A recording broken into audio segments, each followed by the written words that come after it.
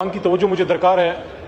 हमारा ताल्लुक जिस भी जमात से हो, बहरहाल हम लोगों के वोट लेके आते हैं और इस ऐवान में हमारी अपनी जमातों के साथ साथ हमारी जिम्मेदारी इस ऐवान के लिए भी बनती है कि हम इस ऐवान और ये ऐवान 25 करोड़ अवाम की उम्मीदों का तर्जमान है। इसलिए हमारी कमिटमेंट पाकिस्तान और इस ऐवान के साथ अपनी जमातों से ज्यादा होनी चाहिए। जनाब डिप्टी स्पीकर साहब, यहां तौजीह पेश की गई कि जब 26वीं आईनी तरमीम हुकूमत ला रही थी कि इससे हम पार्लियामेंट को तवाना करना चाहते हैं, और फिर मिसालें पेश की गई जनाब डिप्टी स्पीकर साहब, आपकी जमात के लीडर भुट्टो साहब की, जो हम सब के लिए काबिल एहतराम है, और बेनजीर साहिबा की कि वो शहीद हुई और उनकी हुकूमत खत्म हुई 18 महीने में एक बार, 3 साल में एक बार, फिर मियां साहब की 2 बार। ये सारी बातें हमें यहां सुनाई गई कि वज़ीर आज़म शहीद हुए, वज़ीर आज़म अपनी टर्म पूरी नहीं कर सके। ये बात हकीकत है, मैं इससे इनकार नहीं करता।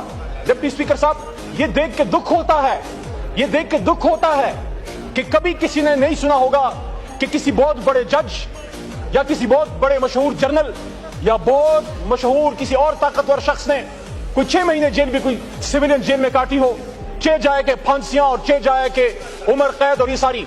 देखिए, मेरा सवाल इस पार्लियामेंट से यह है कि जब तक आप पिक एंड चूज करते रहेंगे, मेरा लीडर और तेरा लीडर, जब तक आप ये तफरीक रखेंगे, ये पार्लियामेंट बेतौकीर होती रहेगी। यहां से लोग उठाए जाते रहेंगे, यहां जबरदस्ती आईनी तरमीम आती रहेंगी। मैं यहां पूछना चाहता हूं मेरे बहुत ही काबिल एहतराम हुकूमती बेंचों पे बैठे और खड़े हमारे मौजूद मेंबरान से कि मेरे भाइयों, मेरे बहनों, जब यहां मेंबरान को उठाया गया और उनकी खवातीन को उठाया गया तो वो आपकी कुछ नहीं लगती थी? ये तो हम सब कहते हैं कि माए बहनें सांझी हैं। तो मेरे भाइयों और दोस्तों, जब एक साबिक वजीर आजम इमरान खान को आप पार्लियामेंट की सॉवरेंटी की बात करते हैं, आप कहते हैं कि पार्लियामेंट का सॉवरेन होना चाहिए, वज़ीर आज़म से ज्यादती बंद होनी चाहिए, तो क्या इमरान खान साबिक वज़ीर आज़म को जब गोलियां मार के जेल में डाला गया है, 460 दिन हो गए हैं, 5 दिन उनके कमरे की बिजली बंद की गई, ना अखबार पढ़ सकते थे, ना किताब पढ़ सकते थे, ना कुरान पढ़ सकते थे, और जिस जगह सजदा लगाते थे जय नमाज में सजदे की जगह तक नजर नहीं आती थी। आप मुझे बताएं, जब आपके दौर में एक साबिक वज़ीर आज़म इमरान खान के साथ ये हो रहा है, आप उनकी सियासत से बिल्कुल डिसएग्री करें, आप इख्तिलाफ रखें। शुक्रिया जी। माइक खोले अली सर, 1 मिनट दे दें, मैं लंबी बात में कह रहा था, मैं जुमा है तो। और जनाब डिप्टी स्पीकर साहब, मैं इस ऐवान के सामने ये मुकदमा रखना चाहता हूं।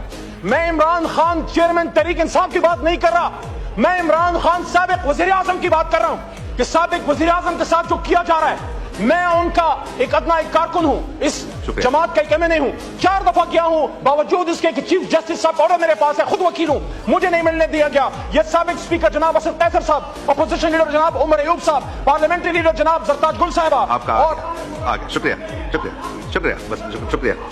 इंजीनियर हमीद हुसैन साहब, अब बस आ गया, आपको मौका मिला आपको जी। 1 मिनट, अली अहमद साहब का माइक पे, ये माइक खोलें अली अहमद साहब का, अली मोहम्मद साहब का माइक खोलें। मेरे इस गुफ्तगू का मकसद जनाब डिप्टी स्पीकर साहब किसी से रहम की अपील करना नहीं है। वो खड़ा आदमी फेस कर रहा है, लेकिन इस मुल्क की फिक्र है। जिस तरह कल रात पीआईए का जनाजा निकाला जा रहा था, आप सब इकट्ठे हो, इमरान खान को बाहर लाएं, कौम के लीडर को बाहर लाएं और पार्लियामेंट में बैठ के मशवरा करें, वह शूरा बैनहुम, तब ये मुल्क आगे जाएगा। इमरान खान को दीवार में चुनवा के आप कुछ नहीं कर सकते। शुक्रिया शुक्रिया।